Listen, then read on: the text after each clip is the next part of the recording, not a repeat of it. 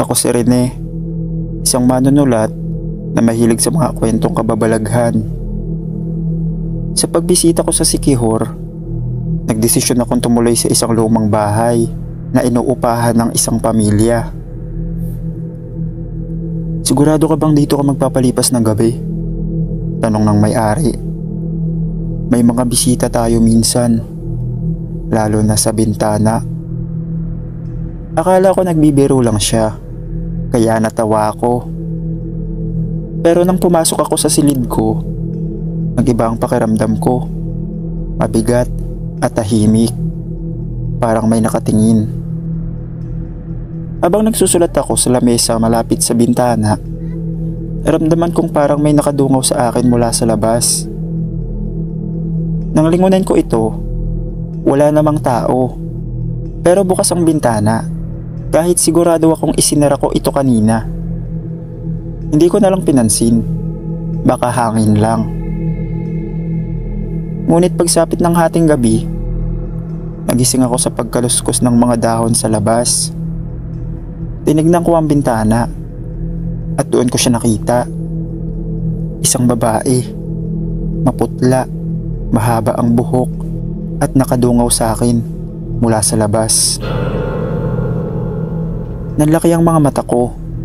Ang silid ko ay nasa ikalawang palapag. Imposibleng may nakatayong tao roon. Dahan-dahan siyang ngumiti, isang nakakatakot na ngiti. Mabilis kong isinara ang kurtina at nagdasal ng buong lakas. Ilang minuto akong nakapikit, nanginginig, bago ako naglakas ng loob na sumilip muli. Wala na siya. Kinabukasan, ikwento ko ito sa may-ari ng bahay. Hindi na siya nagulat. Lahat ng umuupa rito, nakikita siya. Huwag mo na lang siyang pansinin. Pag tumagal ka rito, masasanay ka rin. Hindi ko na hinintay pang masanay. Agad akong umalis ng bahay na yon.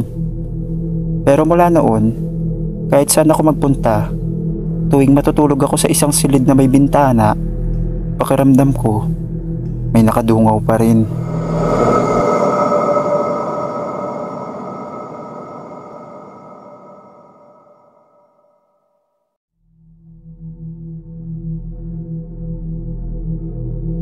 Ako si Harry, isang manlalakbay na mahilig sa mga kakaibang destinasyon. Matagal ko nang naririnig ang mga kababalaghan sa Siquijor, kaya nagdesisyon akong mag-isa itong bisitahin. Sa unang gabi ko sa isla, nakasama ko ang ilang lokal sa isang maliit na inuman. Habang nagkukwentuhan, may biglang nagbiro.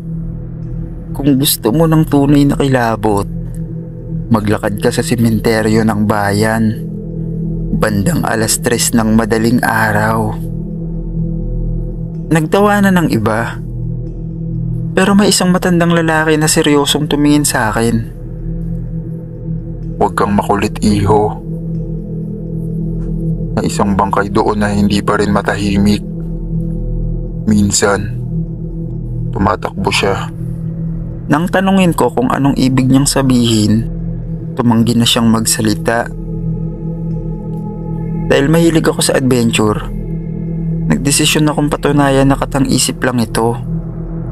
Kinabukasan, bago mag 3:00 ng madaling araw, nagpunta ako sa sementeryo na tinutukoy nila. Madilim, walang ibang tao.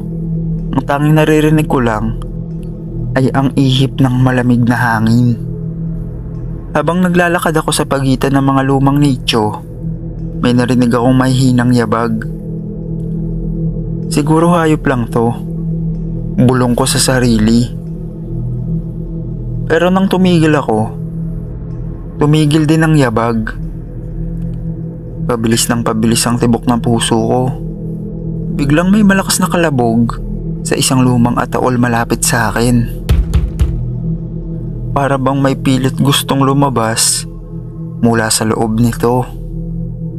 Napaatras ako hanggang sa biglang bumukas ang takip ng ataol. At mula roon, isang lalaki na nabubulok ang balat ang biglang tumayo at tumakbo. diretso papunta sa akin. Napasigaw ako at mabilis tumakbo palabas ng sementeryo. Hindi ko na inisip kung tama ba ang dinadaanan ko. Basta ang alam ko lang, may humahabol sa akin. Pagkarating ko sa bayan, uminto ako at nang nilingon ko ang daan, wala nang nakasunod sa akin. Tahimik ang lahat. Kinabukasan, ikunento ko ito sa matandang lalaki na nakainuman ko.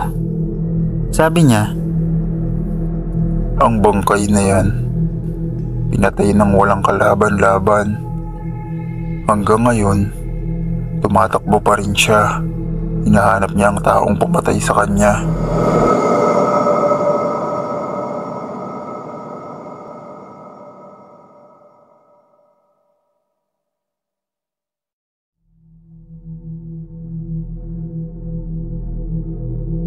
ako si Marlon, isang photographer na mahilig sa adventure. Matagal ko nang gustong bisitahin ang Siquijor, hindi lang dahil sa ganda ng isla, kundi para patunayan na katang-isip lang ang mga kwentong tungkol sa aswang, mambabarang at mangkukulam. Pagdating ko, inupahan ko ang isang maliit na bahay sa isang liblib na baryo. Ang nag-asikaso sa akin ay si Aling Sabel, isang matandang ilang may alam sa mga lihim ng lugar. Bago siya umalis, tinitignan niya ako ng seryoso. Huwag kang gagala sa gabi, Marlon. Hindi mo alam kung ano ang naglalakad sa dilim. Natawa lang ako. Baka gusto lang niyang takutin ng mga dayo. Pero isang gabi, hindi ako nakatiis. Gusto kong tuklasin ang kagubatan sa likod ng bahay. Bit-bit ang flashlight at camera. Naglakad ako papasok sa masukal na daan. Tahimik ang paligid. Tanging mga kuliglig at kaluskos ng dahon ang maririnig. Nang makarating ako sa isang clearing na lugar, nagsimula akong kumuha ng litrato. Ngunit habang kinukuhaan ko ang paligid, may napansin akong anino sa gilid ng lente. Isang figurang matangkad at balingkinitan. Sino yun? Tanong ko sa sarili ko. Dahan-dahan ako lumingon at doon ko siya nakita. Isang babaeng matangkad na payat at nakaputing bestida na marumi at punit-punit. Mahaba ang kanyang buhok, natatakpan ng muka. Miss, ayos ka lang ba? Tanong ko. Pero hindi siya sumagot. Biglang lumakas ang hangin at bumagsak ang mga tuyong dahon sa paligid. Doon ko napansin ang isang bagay na nagpanginig sa akin. Ang kanyang mga paa nakaangat sa lupa. Napaatras ako. Nanginginig ang mga kamay ko. Tumawa siya. Isang malamig at nakakapangilabot na halakhak. Dahan-dahan siyang lumapit at nang lumitaw ang mukha niya sa ilalim ng liwanag ng buwan, kitang-kita ko ang kanyang mga mata. Pula, kumikislap, at ramdam mo sa kanya ang gutom. Hindi ko na alam kung paano ako nakatakbo pabalik sa bahay. Nanginginig akong isinara ang pinto at isinara ang lahat ng bintana. Narinig ko ang mahihinang gasgas sa dingding. Parang may matulis na kuko na kumakamot sa kahoy. Kinabukasan, nagising ako sa sikat ng araw. Wala na ang babae. Tahimik ang paligid. Parang walang nangyari. Ngunit, nang tignan ko ang camera ko, nanlumo ako sa nakita ko. Sa bawat litratong kuha ko sa gubat, nandun siya, nakangiti, nakatitig sa akin at papalapit ng papalapit sa bawat shot.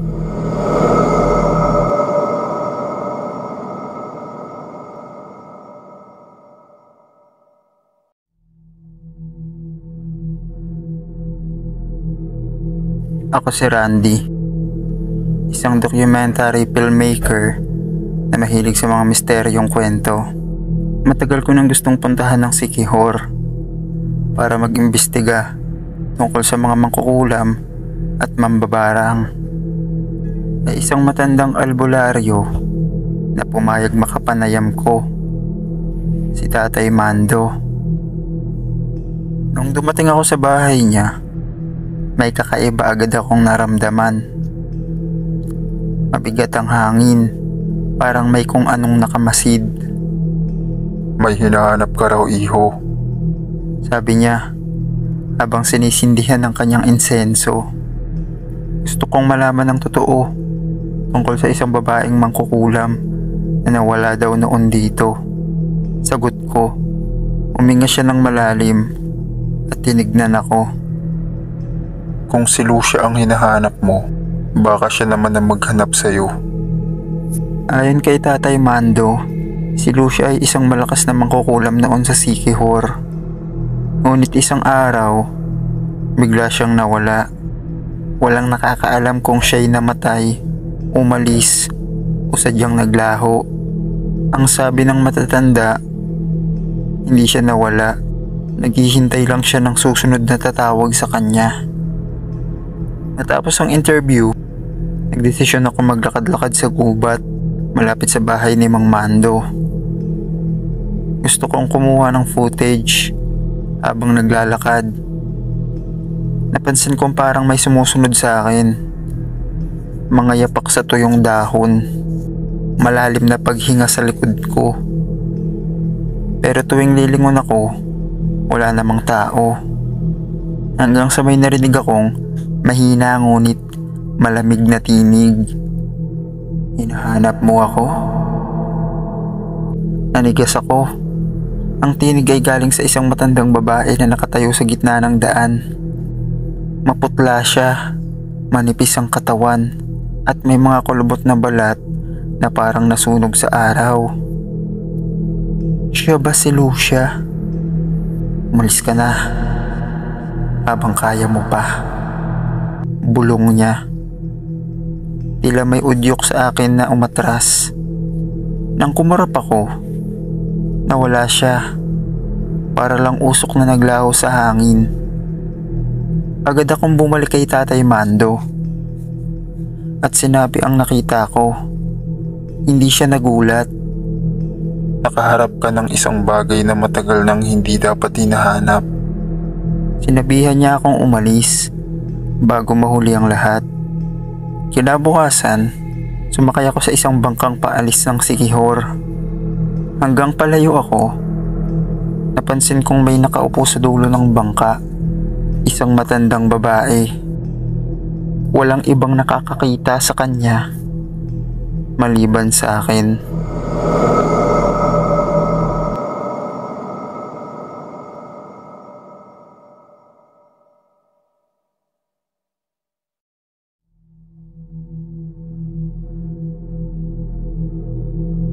Ako si Neri, isang delivery rider na madalas magbiyahe sa Visayas.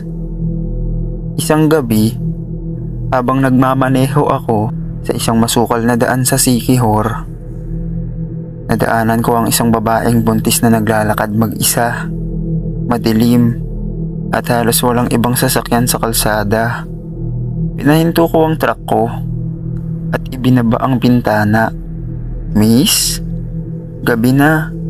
Baka delikado. Gusto mo bang sumabay? Tanong ko. Daan-daan siyang lumingon. Parang pagod na pagod. Tumango siya at sumakay sa passenger seat habang bumabiyahe. Tahimik lang siya. Napansin kong wala siyang anino. Kahit tinatamaan siya ng ilaw mula sa dashboard. Kinabahan ako. Saan kita ihatid? Pero hindi siya sumagot. Bigla siyang umiti. Malapit na tayo, sabi niya sa malamig na boses. Nang lingunin ko siya ng mas maigi, doon ko napansin ang isang nakakakilabot na bagay. Nakalilis ang kanyang bestida At kita ko ang kanyang tiyan, walang laman. Para bang may bumutas dito at tinanggal ang sanggol sa loob. Nanginig ang buong katawan ko. Tinapakan ko ng todo ang gas. Hindi na lumingon. Nagsapit ko sa isang bahagi ng kalsada. Biglang gumaan ang pakiramdam na sasakyan. Nang lumingon ako sa passenger seat, wala na siya. Para bang tila hindi man lang siya sumakay. Pero nang tignan ko ang side mirror, may nakita kong anino ng isang babae sa likod ng truck, nakatitig sa akin. Kinabukasan, ikwento ko ito sa isang matandang residente.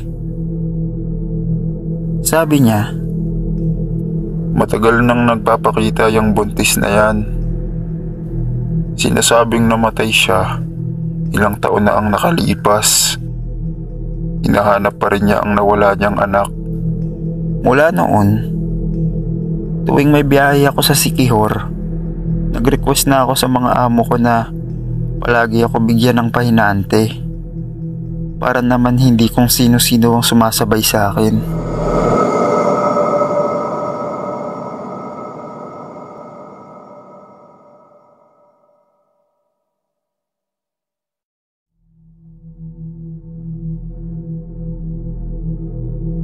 Ako si Howie, isang medical representative na madalas bumiyahe sa iba't ibang probinsya.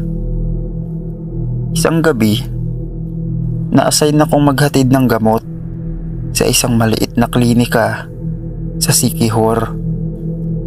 Dahil malayo ang bayan, nagdesisyon ako magpalipas ng gabi sa isang lumang guest house sa tabi ng kagubatan. Pagpasok ko pa lang sa kwarto, ramdam ko na agad ang bigat ng hangin. Parang may nakatingin sa akin. Pero dahil pagod ako, agad akong humiga. 12:00 ng gabi nang magising ako sa isang malalim at nakakatindig balahibong alulong mula sa labas. Parang hindi normal na aso. Mataas, mahaba at parang may halong iyak ng isang tao. Dahan-dahan akong lumapit sa bintana. Nang silipin ko ang labas, nakita kong may isang anino sa ilalim ng buwan. Isang payat. Matangkad na nilalang na may mahabang kamay at pulang mata. Nakayuko ito, pero alam kong alam niyang nandito ako. Bigla itong tumingala at muling umalulong. Mas malakas, mas nakakakilabot. Ang buong katawan ko ay nang lamig. Biglang bumukas ang pinto ng kwarto ko nang mag-isa.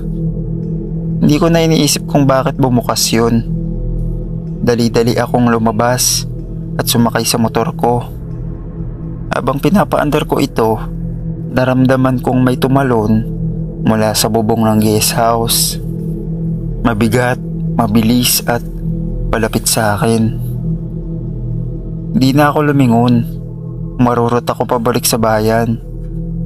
Habang rinig ko pa rin ang mahabang alulong na sumasabay sa akin sa dilim.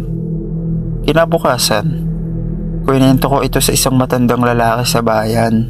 Sabi niya, Sabi ng matatanda, may isang nilalang sa gubat na naghahanap ng kapalit bago siya tuluyang mawala. At mukhang ikaw ang napili niya kagabi.